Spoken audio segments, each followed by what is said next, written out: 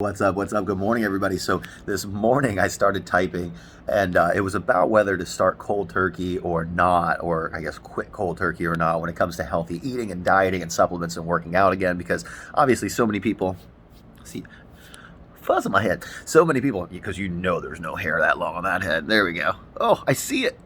Get it off of there.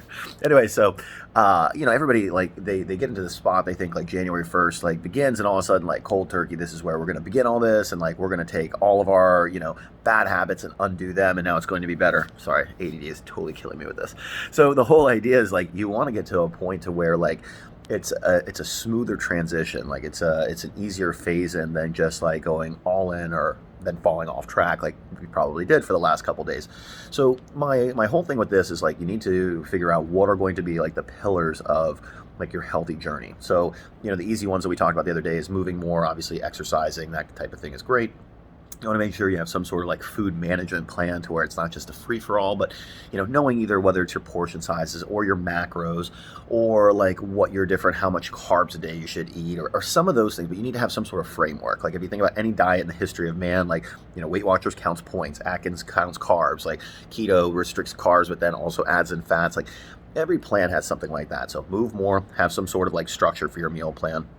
The third part is like protein shakes are an essential part of any, not even just any beginner plan, but any overall plan, because like it's impossible to eat that much healthy food, especially in the beginning when you're craving sweet stuff. So like that is where protein shakes come into play with that. So that's the next part. The last part, when we get to like step 4 there, is you have to like take your movement to the next level. So it's not just like exercising like we talked about, but then like there's got to be an emphasis on cardio.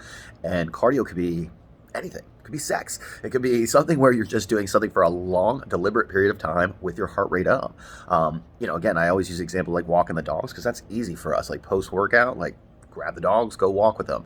Weighted vest sometimes, we'll throw the weighted vest on and go walk with them that way. But those are the things that you really need to start thinking of. And then the fifth one, which is where everybody always wants to start. They always want to start with cardio, and this fifth step here is you need to isolate your target body parts. Like what is the body part you hate looking at? Because even if you lose 10 to 15 pounds in the next month, you're still going to look at that spot. Like for me, it's always my stomach. So like if I don't put a target emphasis on my stomach and work at it every day, it's not going to have any increased muscular definition. It's not going to have any more like, visible abs, unless I do two things. I lose body fat and increase the muscle in that area. It's the same with your biceps, same with any other muscle. Like you have to decrease body fat, and then you have to push more muscle up against that skin to fill it out to look good.